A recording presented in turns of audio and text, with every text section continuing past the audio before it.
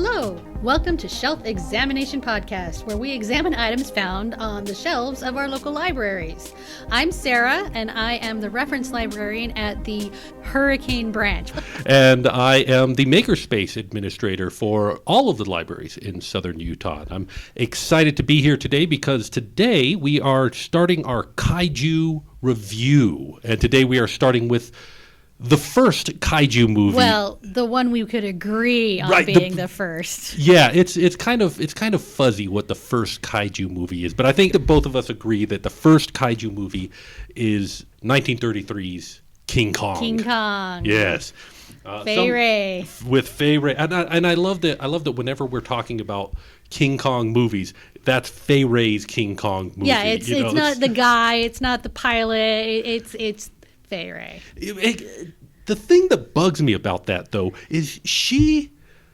We probably shouldn't get into this now, but I'm going to get into this now. She did nothing. No. This whole movie. She was nothing but a damsel in distress. She was like the original Scream Queen. I mean, all she did was... Well, but she did it so dramatically. The very first scene that we see her in, she is being rescued by the director. There is that, yes. Yeah. She was in distress on the streets, and he rescues her.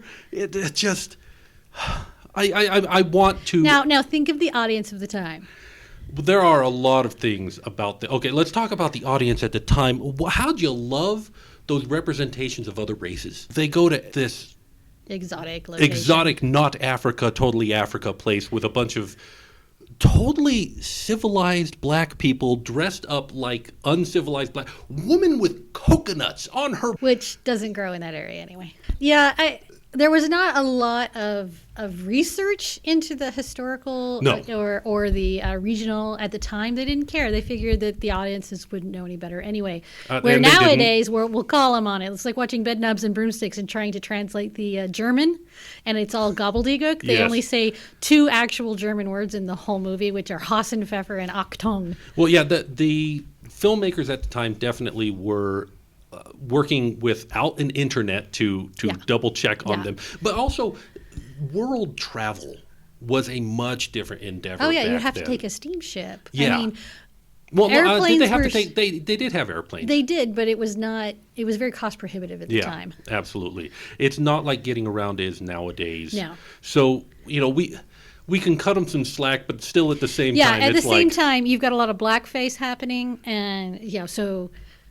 Trigger warnings, content warning. There was a lot of blackface at the time, and again, they didn't see a whole lot wrong with it because they would rather Hollywood was so segregated that a lot of directors would rather work with a white person in blackface than actually hire a black actor. To the credit, sucks. Yeah, but to the credit of the director of this movie, he did hire a lot of black people. He did to play the natives, and in fact, the guy who they got, who was the chief, who was up there, just absolutely. Oh, I loved him. I loved him. He was so good, but all of his lines were pure nonsense. They were so bad.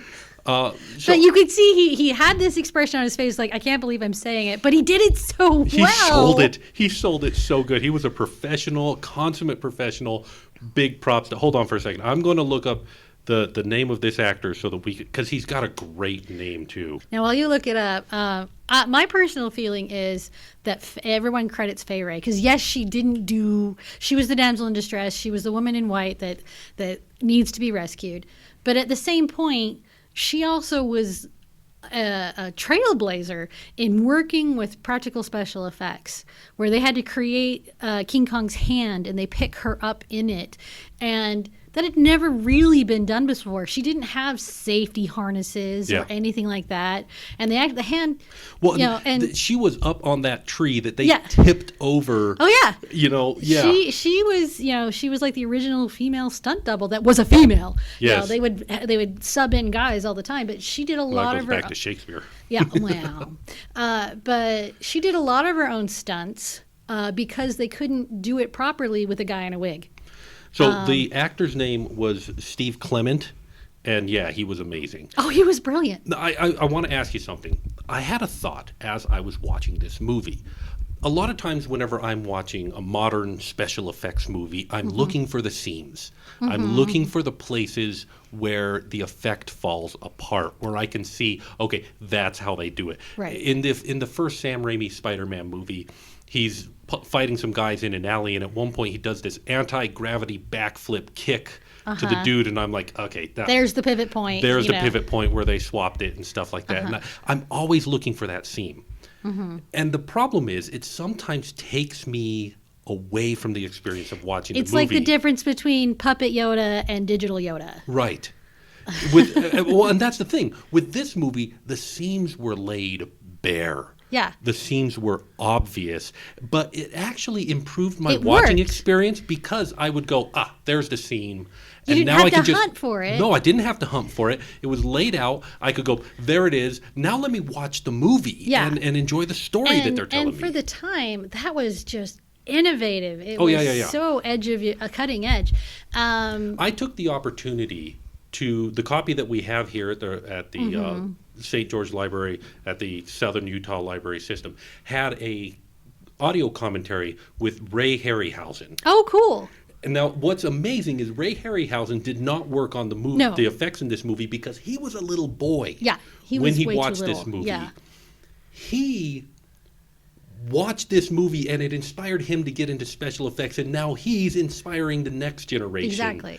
You know, we are like 2 generations removed from the effects of this movie, and it's wonderful. Modern audiences have been spoiled with the technology, where we want it to be seamless. We don't have a way of suspending our disbelief as well. But I also think that is a disservice to the immersion of things, because like we said, Fay Wray, she was on a tree. Granted, it was obviously in front of a rear projection system that the because they couldn't afford to fly them out there and absolutely. try and do all this. You couldn't have a giant fighting gorilla there. Oh, come on. So they did all of that and then put her in front. But then she was on that tree. She fell down. Yeah, on that. Like it was was gravity, a practical tree. There was weight. You felt it. Yeah, there was no crane providing slow fall. They didn't know exactly which direction that tree was going to go. Yeah, and so I think that when movies get too effects heavy, it removes our ability to feel it and to be a part of it. There is actual danger here. Well, and it doesn't even have to be real danger. Well, it just has to have the weight and the gravitas of reality. You know, one thing that I like that Roy Harryhausen said during this whole was he said that this movie was its generation's Jurassic Park. Oh yeah, absolutely. You know, Jurassic Park is now an inspiration for the newer ones. Right. Jurassic Park was that turning point. Yeah. That point where they did something new with the effects that we went, wow. And it's, water shaking to digital animals. A lot of that movie is not digital. No, actually it's not. A lot of it is super practical, but where it was digital, it was close to believable enough that we could all go, ooh, okay. Yeah. Or like Terminator 2, where the T-1000 was so malleable and everything. And we had never seen, we had seen stuff. We had seen The sort Abyss, of like but the it wasn't Abyss like was that. both James Cameron. But the T-1000 is what convinced James Cameron that he could do a lot of his more heavy effect movies. Yeah. But there was a lot of movies that came after that he was like, okay. And likewise, I think King Kong. Oh, yeah. Inspired a whole generation. And mind you, some of the ones that came out or after King Kong were not as good. There was a lot of B movies going on. We had an opportunity before this podcast to review a list of what movies we were going to include. Yeah. There are a lot. There are hundreds of them. Of really bad movies that have giant monsters in them. But I think The Wasp Woman. Yes, or the giant tarantula where they just, film a regular sized tarantula at a low angle and stuff like that.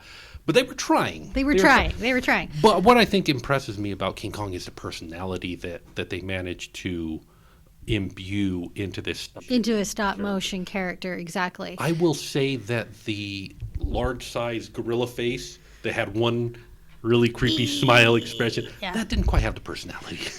No, but it was the physicality of it. It was. I will say that I also liked, like you said, they created, he was a character. He wasn't just a stop motion.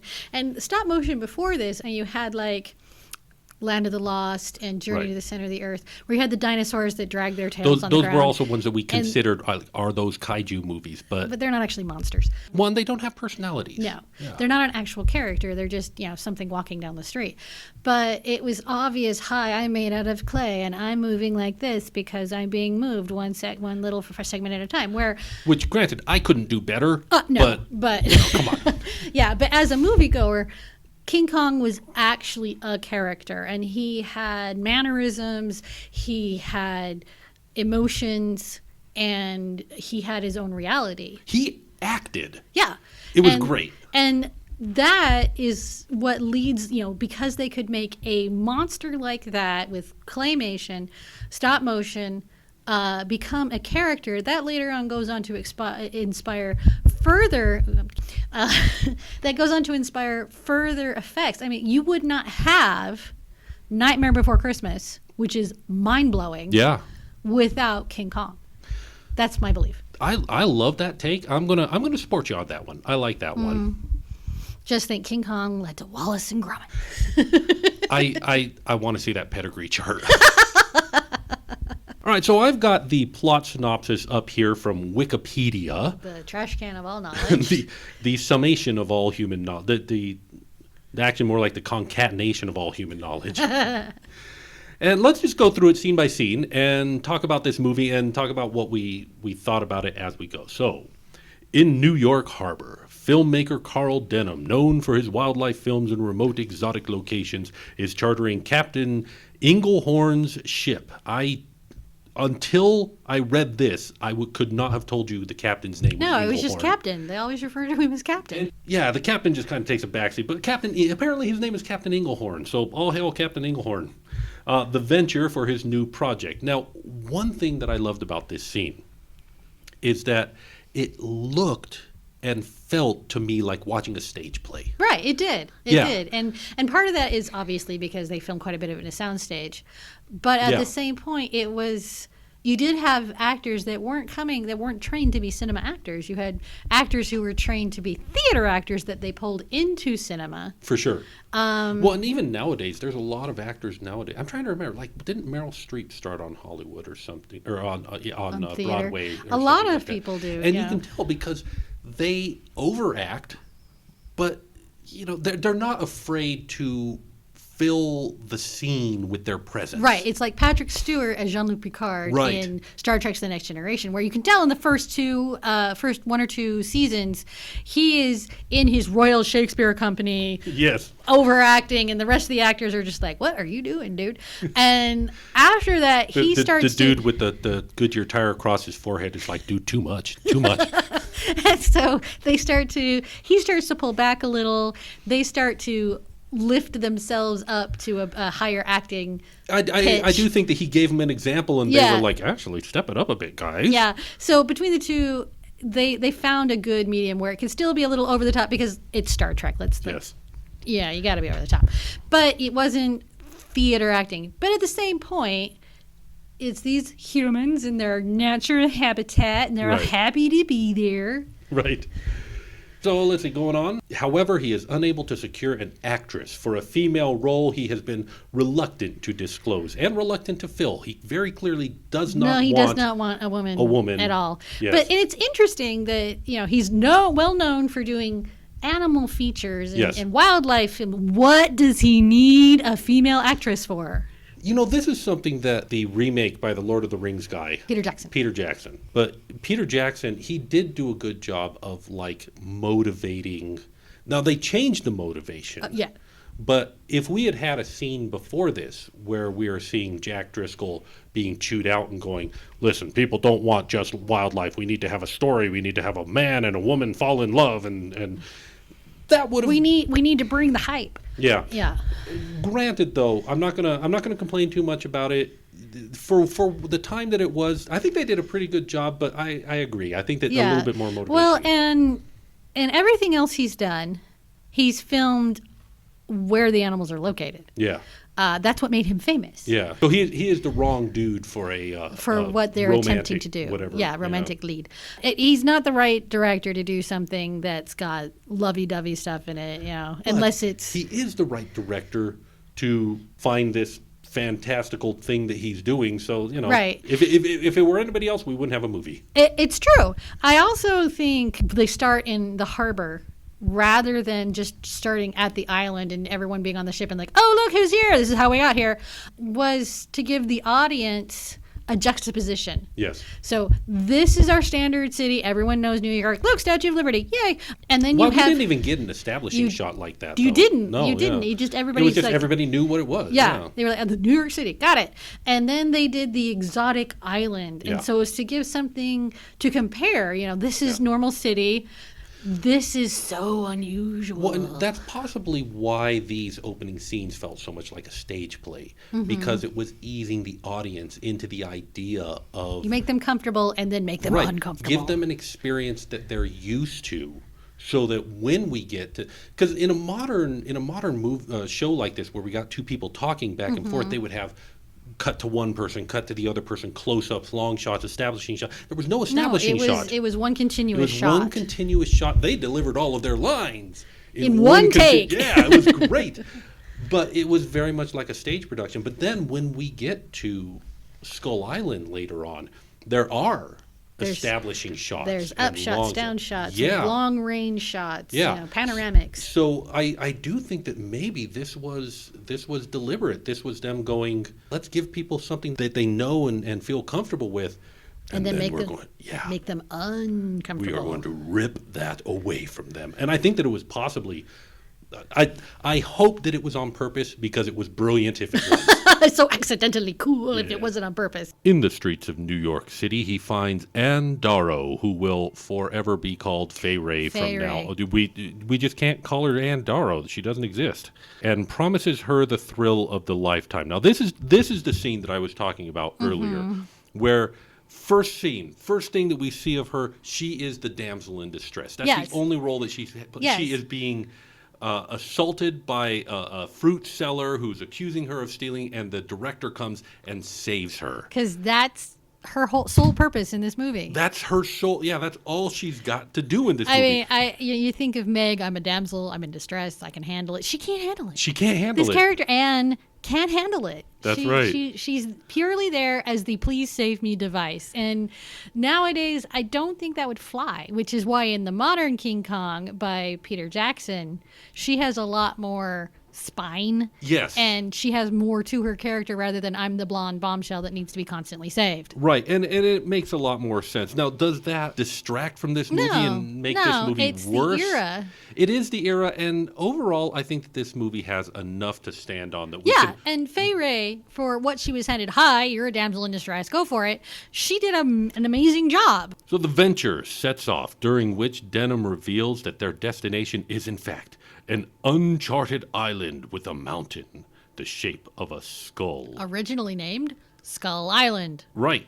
And which he learned about from some random dude in Singapore and was like, oh, yes, I totally believe you. But you going to show me a map to the stars, too? We're both drunk and drinking. Yes, why not?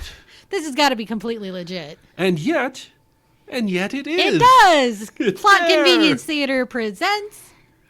He alludes to a mysterious entity named Kong, rumored to dwell on the island. The crew arrive and anchor offshore. They encounter a native village separated from the rest of the island by an enormous stone wall and a large wooden gate. Okay. Now, why is the gate wood when the stone wall, you have to have a giant stone wall to keep him out, but just a wooden gate? I want to praise that gate. That wall, that set was amazing. It was amazing. It was amazing. They paid homage to it in Jurassic Park. Yes, in everything. And I think that was actually from another movie that they were filming at the time that they borrowed. Because I think it it's was cheaper. The Most Dangerous Game or something like that. Yeah, no, this movie was actually, for all the amazing things that it did and for all that it showcased, it was a super lot of low people, budget. Yeah, a lot of people putting their best effort on that screen. To prove they could. To prove it could be done. Yeah, there's a lot in that movie that we could do nowadays. Stop motion and stuff like that. Yeah, you just click with a button, click, click, click. Look, oh, look, the computer did it for me. Yes, and we could do it, but even if I tried to do something like this, it would not approach the scale of what they did at the time. And because he's not digital, and yes, stop motion can, people make fun of it, and like the original Sinbad with the really terrible skeletons and whatnot. So let's see. They encounter the native village. They witness a group of natives preparing to sacrifice a young woman termed the Bride of Kong. Now, Sounds like a sequel to me. And then he'll have a son. We did already talk about Diddy Kong. We did already talk about the chief, and I'm just going to once again say, man, that dude. He Good was job. so good. I feel like he's the real star of the movie. The dude showed up and did the frickin' job, man. Yeah, oh man. And it was kind of a ridiculous role. A ridiculous but job. he owned that ridiculous role. I wonder if anybody, like in my mind, I'm envisioning a scenario where somebody in his life was like, dude, you're below this. You graduated Juilliard, man. You can do better than this. And he's like, man, I took the job. I'm doing the job. I'm going to do it to the end, to the best of my power. Yes, it's stupid, but I'm going to do it. And he did I have one job on this ship, and it's stupid, but I'm going to do it. I got that reference. How many of our listeners do? Yeah, I'm a nerd. The intruders are spotted, and the native chief stops the ceremony when he sees the blonde-haired, and he offers to trade 6 of his tribal women for the golden woman. Now, let's talk about the language for just 1 second. There was a bit in the commentary by Harryhausen where memorized the lines that the chief said.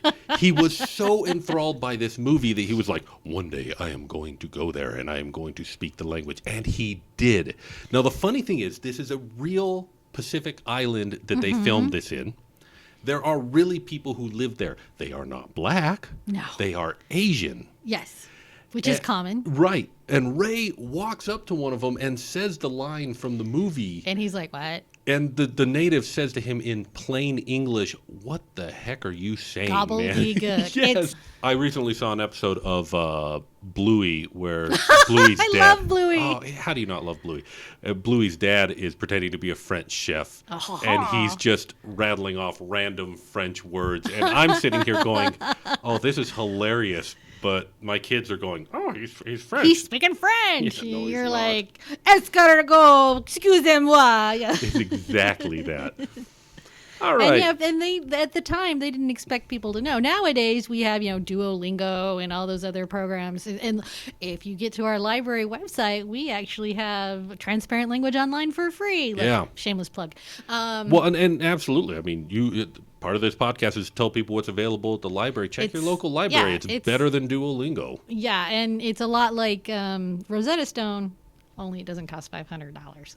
Well, it doesn't cost our users $500. Yes, no, we pay for it, so you don't have to. Exactly. Your tax dollars at work. So the chief says, hey, you can have 6 of our tribal women for the golden woman. They refuse him and return to the ship. Because, of course, the blonde bombshell must be better than what they already have. What? I mean, no, Why? Yeah, it's true. No, I'm just kidding. No, You're going to get kicked. No. I am not blonde, by the way. No, but...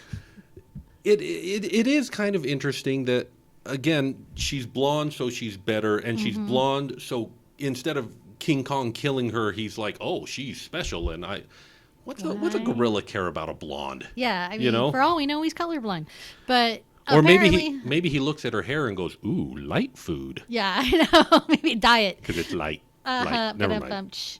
But it's different, and so it must be better. I don't know. I don't know. I mean, they do say blondes have more fun, so why not? Does that mean they taste better? They're more bubbly? I have no data on this. Nothing to compare it to. Nothing to compare it to. Yeah, that's what they all say. All right, let's go on. That night, after the ship's first mate, Jack Driscoll admits his love for Fay. Well, that was convenient and quick. They really sped run the he went enemies to lovers. Yeah, he was totally misogynistic at the beginning. Women are dumb. I don't want one in my film, blah, blah, blah. Oh, I'm in love with you because you're beautiful and blonde. I timed it. It was 30 minutes to this point. This was an after-school special Hallmark movie, man. This was not wasting time getting to it. But the thing that it's because they were trying to get to the giant monkey. And I respect that. I respect that they were like, we know what's cool. We're gonna set up this story so that we have stakes. Well, and but then let's get to the monkey. in the modern version, directed by Peter Jackson, they didn't, try and rush to get to the giant monkey, and that movie was long. There was, and we will, I think, talk about that movie probably. in a future Yeah. Oh, one absolutely. as well. But I Come agree. on, Jack Black. There Ooh. is, That was over the top. But there is an economy to this movie. Yes. And they give you the bare minimum so they can get to the giant monkey. You know, another movie that did that was The Matrix. I don't know if you ever watched the original Matrix, but they didn't waste any. They were like, yes, they are in the city of New York. Everybody knows the city of New York. Let's get to the kung fu. Yeah. But the thing that bugs me about this scene is after Jack Driscoll says, I love you, and then he walks away to do his first matey She duties. just kind of wanders around on deck. No, she doesn't. She stays stock still. Yes. Oh, she just stands there. She leans against the edge of the deck and just goes, I'm so in love. Love, love, love, love, love, love, love. As the natives You are sound like the crawling. tree from Last Unicorn. I did not mean to, but yes, I agree. I did sound like that. But as the natives are swimming up in their boats and then crawling up the side of the ship, she just stands She's so there. oblivious. She is so much just an object of... With her hair glowing in the moonlight. Yes. Blah, blah, blah. And so and let's see what it says here. The natives kidnap Am from the ship. That she conveniently stood next to the rail for. That she conveniently stood stock still for. And take her through the gate onto an altar where she is offered to Kong, who is revealed to be a giant gorilla-like beast. I would not say gorilla-like. They were going for gorilla. He is gorilla. But, I think they went with gorilla-like because you can't really pin it down. He's not a silverback, obviously. That's true. So they were like, okay, well, we can't make it look exactly like a gorilla that we recognize from the wild. So we'll just say gorilla-like, and we'll just mishmash whatever we can make work. And in some ways, I almost think that if they had worked harder to make it look like a specific breed of gorilla, it would have ruined the scale of it. Yeah. By it being King Kong, we weren't comparing it to anything else. And so I honestly think they that being gorilla-like... Yeah, they pulled it off with, like, Rampage or with Dwayne Johnson, and because they had... a city around it, and things to compare it to. Yeah, and they had faux science to go with it. Yes. Rather than just, he just happens to be here. Crazy, right? Right. Yeah. But it helps to have that scale. It helps to have something next to that we can compare it to. And mind you, in the jungle, they've got lots of big trees that he's towering over. So and then you have the Empire State Building. And then the Empire State Building. But and stuff like just that. for initial impact. But You want maybe something you can't be like, that's this and it's this high. Right. And we talked a little bit about those old B movies where they would film a tarantula at low angles and stuff like that. And have it just crawling on the lens so it looked huge. Exactly. And those never really looked huge because we know what a tarantula looks like. So I can't help but wonder if King Kong not being a specific type of gorilla actually worked to its favor. I never thought about that before, but I kind of love the idea. And then they didn't have to spend as much money building miniatures. Because at the time they did do some miniatures for things, but it was expensive and very time consuming. For sure. For the most part in this movie, the miniatures were used for the claymation or the stop motion animation scenes. And actually there was a funny story. At one point they had a combination of live plants and fake plants in the background of them. Stupid live plants got in the way. Yes, they had a flower bloom during a fight scene. And it bloomed in stop motion, so it bloomed fast. You could watch it move fast, and they didn't catch it until after they had developed the film, and it ruined the whole shot. They didn't have the ability to digitally edit out the flower. They just had to throw all that footage away and start again. Over again. Yeah. It makes you wish you could do like George Lucas did in Star Wars Episode 4, where they couldn't get rid of the wheels under the land speeder, so he just took the original film and put Vaseline over where the wheels. Yeah, just smeared it a little bit. But it wouldn't work with a flower.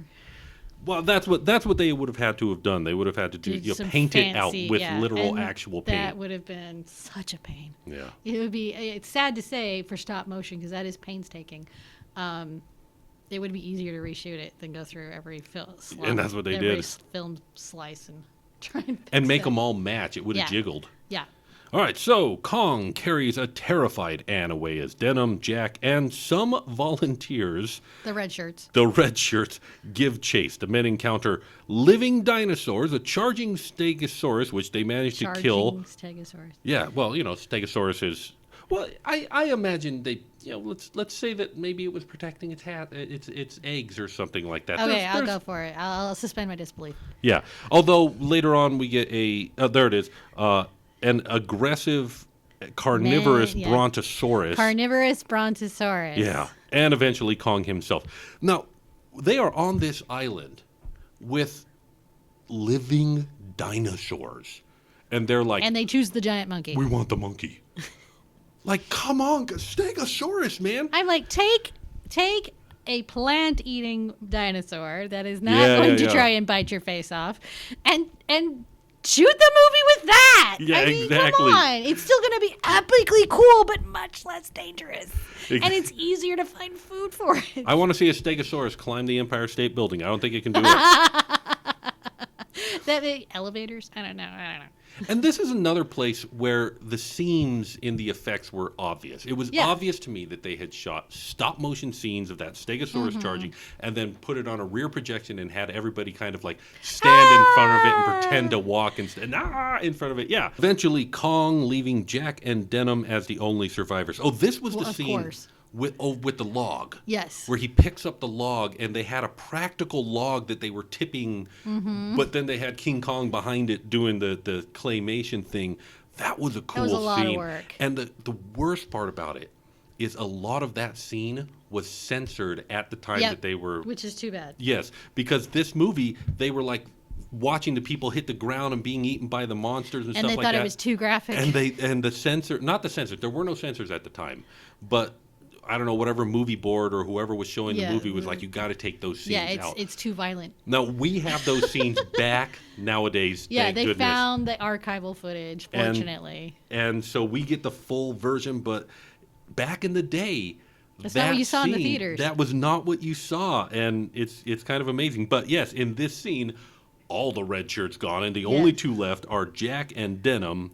Of course. Which, and they're on opposite sides of the ravine. Of the ravine. So that we can be like, okay, well, the hero can go off and rescue the girl, and I'm going to go back and be... the cavalry? I'll be the boat? I don't know. Yeah, honestly, this dude was not here to make the world a better place. That is putting it mildly. He's like, fine, go rescue the girl. I'll go do my thing. Yeah, exactly. And he does. So let's see.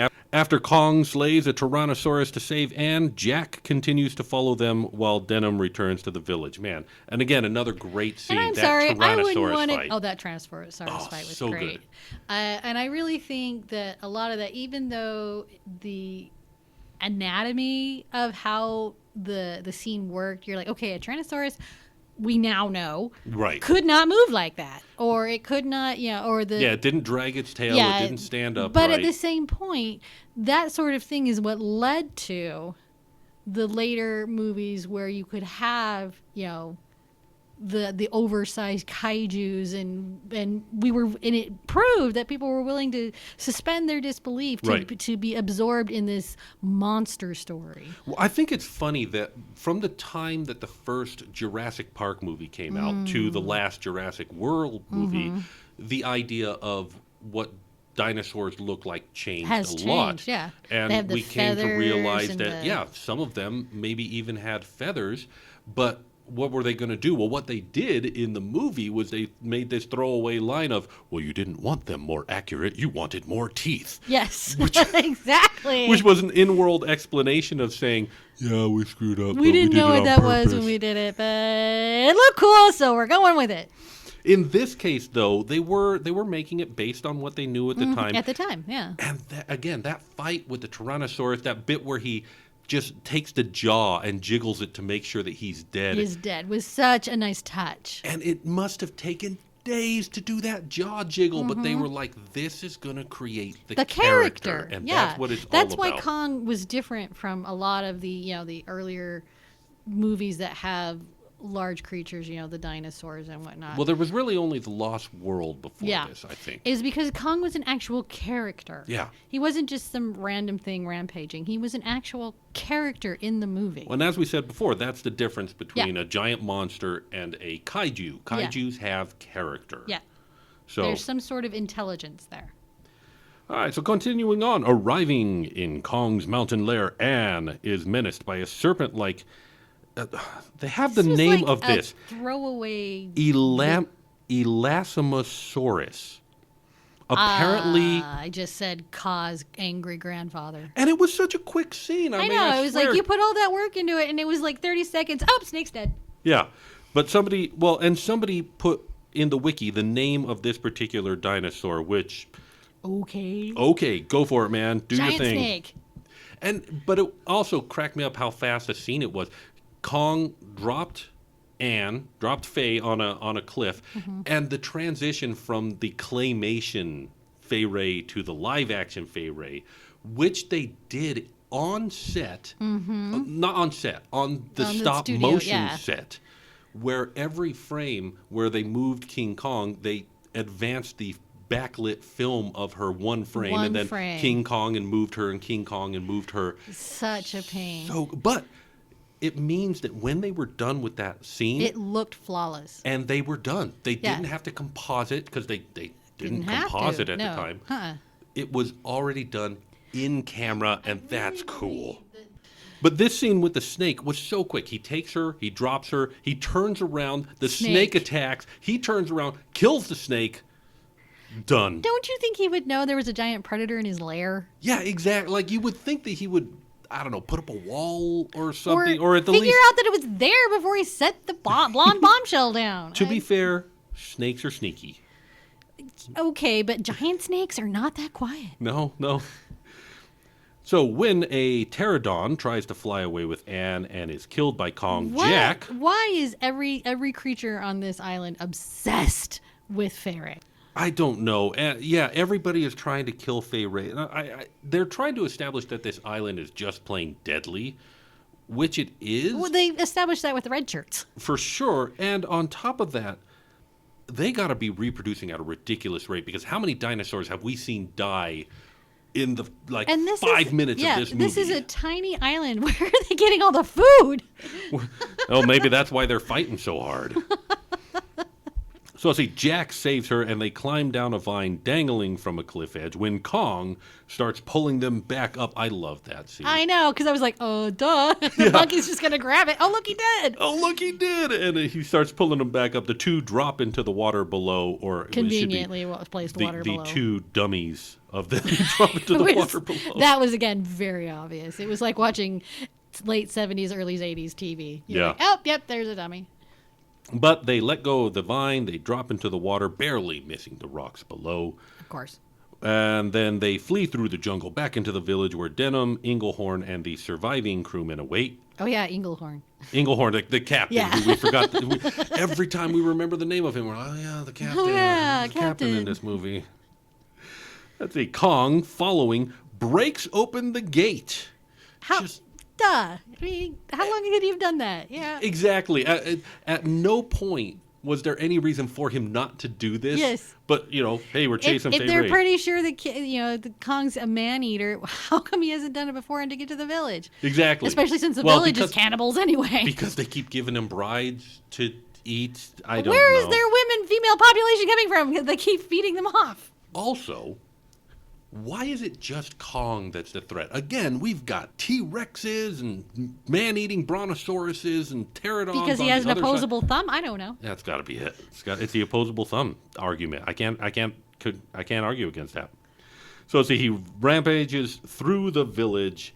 Now, this was the scene with the woman with the coconuts. It was so bad. There was also a part where one of the villagers trips over a basket and falls backwards, and his wig gets caught on the basket and gets flipped right off, and they kept it in the movie. I love moments like that. It's like watching the resurrecting orc in Fellowship of the Ring or in Two Towers when Eomer's sword falls out of his scabbard as he gets back on the horse, and nobody notices Or it. the stormtrooper who Yes, bangs his head as he comes in. And I want to be the Foley guy with the sound effect, like Boink.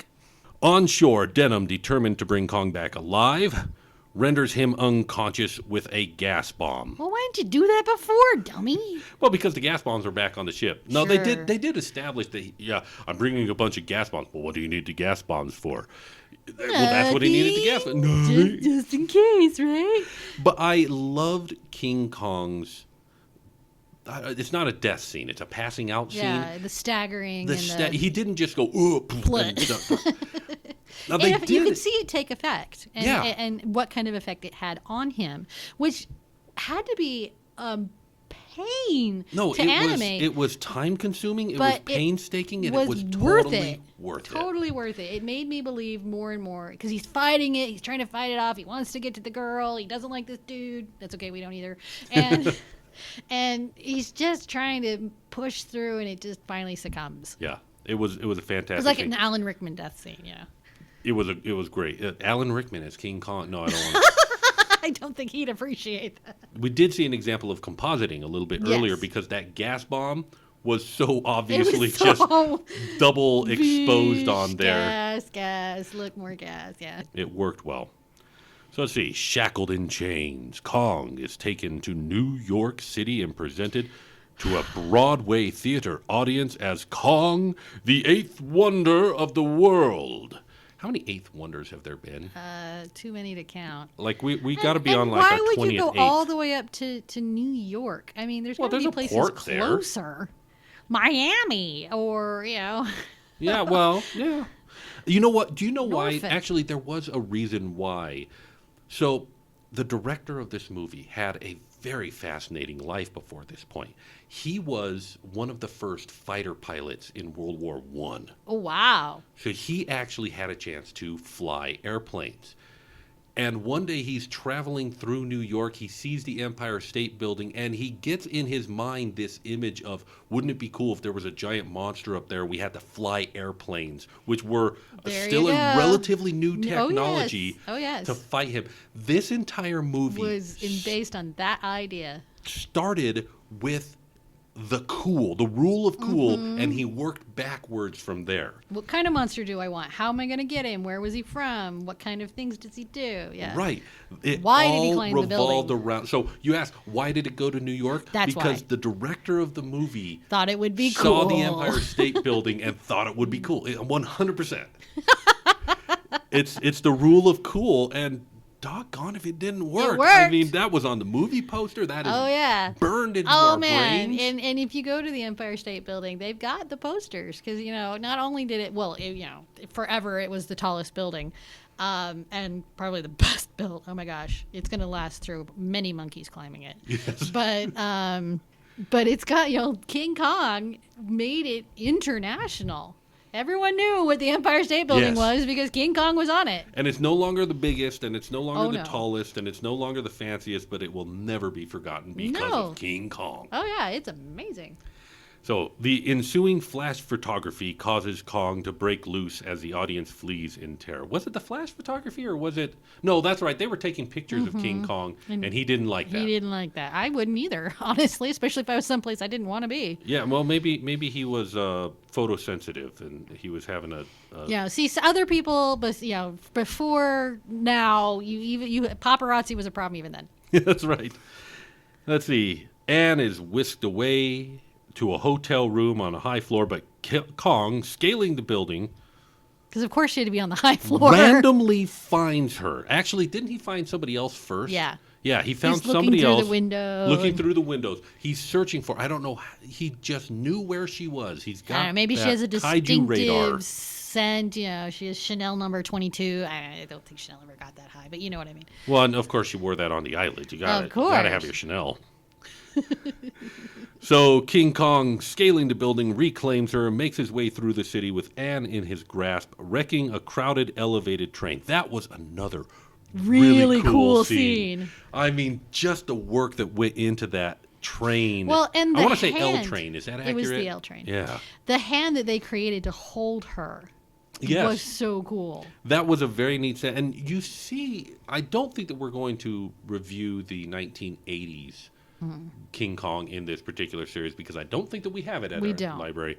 And also, it wasn't that great. No, it was so bad. It made the 30s special effects really special because the others were bad. But they tried to reproduce the hand They did. with 80s technology so it was more articulated, and I still I don't didn't think that it was like it. better. No, I didn't like it. I don't know what they did. I don't know what magic they pulled But back it then, but shows I was you- willing to buy yeah. that hand reaching through and grabbing Well, her. and it shows you the courage that Fay Wray had because they didn't have all the safety gear. They didn't have all of the people in place for her to be. No, there were no harnesses, no wires, and she was just up there. Well, mind you, in a lot of the scenes, she wasn't nearly as high. No, as she it wasn't as it looked. looks, but she was still in a hand, and that was all that was holding her in Yeah. place. I mean, even if you're only 5 feet above the ground, you could get hurt.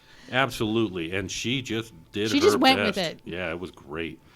So he climbs the Empire State Building. Jack suggests to the police for airplanes to shoot Kong off the building without hitting Anne, and everybody is like, "Yes, What a good great idea! Yeah! Really cool.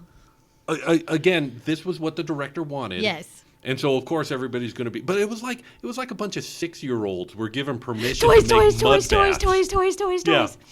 They were like, "Wait, we could use the airplane. We can get airplanes. Yay!" And these are biplanes. These aren't even like, No, these are maneuverable. crop dusters, This is not a maneuverable type of machinery in any sense of the word. No, but you think Independence Day where they're just going around Fox 1, Fox 2. No. No. 4 biplanes take off, seeing the planes arrive. Jack Look, becomes red shirt agitated. planes. They're more red shirts. It's black and white, so we couldn't tell back then, but they were red. Jack becomes agitated for Anne's safety and rushes inside with Denim. At the top, Kong is shot at by the planes as he begins swatting at them. Kong destroys one, but is wounded by the gunfire. Thus the picture on all of the posters and Yeah, and this was the moment that they immortalized on the movie post because, again, this was the moment. this was the crux. This was the This was what the whole movie Yeah. was made for. yeah. And doggone if it didn't deliver. It was so good. It was so fun. It was so dumb, but it was so fun. It was And so good. Jack, after he gazes at Anne, he is shot more, loses his strength, and plummets to the street below. And it's another one of those moments where it's a stupid stop-motion puppet, but But it I looked felt great. bad for I him. know. He had emotion. He was looking at was her and sad. going, "Oh, what's this?" At Why least don't you you're love safe. me? Yeah. Or why don't you love me? Or what? There was emotion there. There was feeling there. And I felt bad because I'm like, okay, so you take him out of his natural whatever habitat. Oh, yes. You trick him with this blonde chick who obviously needs to be saved from everyone. Hey, she's good at it. And then you shoot at him and they flash lights in your face. I would be upset if someone was flashing lights in my face. Mm-hmm. And then you're trying to get away and save the cute girl from what you perceive as Her being in threat. in threat. You got all these cars and animals. Although, and to be fair, him plucking her out of the hotel room was a like, bit much. Yeah, it's like, she's safe at this point. Just leave her alone for a minute. But no. Gotta have her. Gotta have her. It's Gotta like catch them all. Ultimate helicopter mom, and then they shoot him down. I mean, It's a tragic story. You take a wild animal out of his home and then expect him to be civilized. Yes. But Denham heads back down and is allowed through a crowd surrounding King Kong's corpse into the streets when a policeman remarks that the planes got him. Denham states, and this is the famous line, "Oh no, it wasn't the airplanes. It was beauty that killed the beast." And in every movie, it's like, who's going to get to say that line? It's such a line. It was and nowadays people would be like, groan. But then it was impactful. No, well, and I think it's, even nowadays, even in the new King Kong movies, Yes. they did a good job of They did. motivating that line still. It So it still made more held. sense. It still I held. mean, in that movie, in the original one, now that we watch it, the gravitas and the way that they presented it. Oh, it seems a little cheesy. It was very over the top. But again, you have your theater actors working in it. I was going to say, that goes back to, this was still very much rooted in the stage, but at the same time, it showed the evolution of that. It was like, we are not beholden to a set anymore. We're not on a sound stage. We're not on So, and again, you return to the shot in New York. This whole devastation has happened. Giant monkey, people smushed, things. All kinds of craziness has happened. L train destroyed. And we return to where we began. It's like the Rings of Nibelungen. 20 hours later, we're right back where we started. We still don't have our movie, but yay for us, we're all alive, and the guy gets the girl, and hooray, love is happy. Yes, it was a great. Okay, so what do we think of the original King Kong? I think it holds up surprisingly well. It really does. It was groundbreaking. At the time. It was groundbreaking at the time, but I think that it still is I love it. entertaining. Oh, no. Nowadays. I had a great time watching. I watched it with my daughter recently, and she's 21, had never seen it before. And there were points where she's like, are they allowed to do that? I'm like, they were then. They not were now, then. but they were then. But at the same point, she was like, that's a good story. Yeah. That's a good story. It's a good story, and it was told well. Yeah. And I mean, it was told well enough that there's an entire Dungeons and Dragons module based on it. I did not know this. It is. Gary Gygax stole it. So you have the island with a skull on it, and you have natives that like to eat people and sacrifice them. Do we have a giant monster climbing in water deep? What's this? Where no, does this go? This predates that. This is way back in Greyhawk. But King Kong, I think that as you pointed out, this is the beginning of what eventually became stop motion animation, but it's also the beginning of kaijus. Yes. I don't know. It proved it could be done believably. Yes. And I don't know if the maker of Godzilla, which is, I think the next movie that we're going to watch is going to be the original Godzilla movie, Gojira movie. And I don't know if King Kong was a specific point of inspiration for him, but I would be surprised if it wasn't. I'd be surprised if he hadn't at least seen it. Yes. Because, first of all, there were, at the time, a couple years after this, several, like, Korean Godzilla and Chinese Godzilla. Yes. And there were other people trying to remake Godzilla, or not Godzilla, King Kong. There were Korea King Kong and Chinese King Kong. And that's where it devolves into the monkey suits that we're all familiar with, and because they were trying to do it less expensive and time consuming. Rather than doing stop motion, they just put a guy in a monkey suit. Well, and I think that's going to be an interesting discussion. So you and I get to watch Godzilla, and how does a man in a rubber suit compare to stop motion animation? Is it going to be a step up or a step down? And I think it depends, because Godzilla isn't originally, he wasn't intended to be reflective of anything but a reptile. It's not quite a dinosaur. It's not quite a recognizable. We'll find out as we watch it more, but I get the sense that they were definitely trying to make him T-Rex-like. Yeah. But with more abilities and a sense for water. Yes, definitely. Yeah, so he's a swimming T-Rex. He's an aquatic T-Rex. And I'm looking forward to talking about that with you in our very next session. So if you guys who are listening would like to join us, watch the original Godzilla before we discuss it. We discuss it next time. Anything else you want to add about King Kong? I went in, when I first saw this movie, I thought it was going to be really tacky and dumb. I'd seen other, like the Journey to the Moon that had been done, where you see the moon hit the rocket hit the moon's eyeball. And everything. But I went in with very low expectations, and while it's quite dated, I was pleasantly pleased with it. Yeah. I had a good time with it. There were a few things where I was like, well, Hollywood can't do that anymore. Yeah. But, it's certainly dated, but it still holds up. It does. The story is still good. There is some plot convenience theater, but that was the norm back then.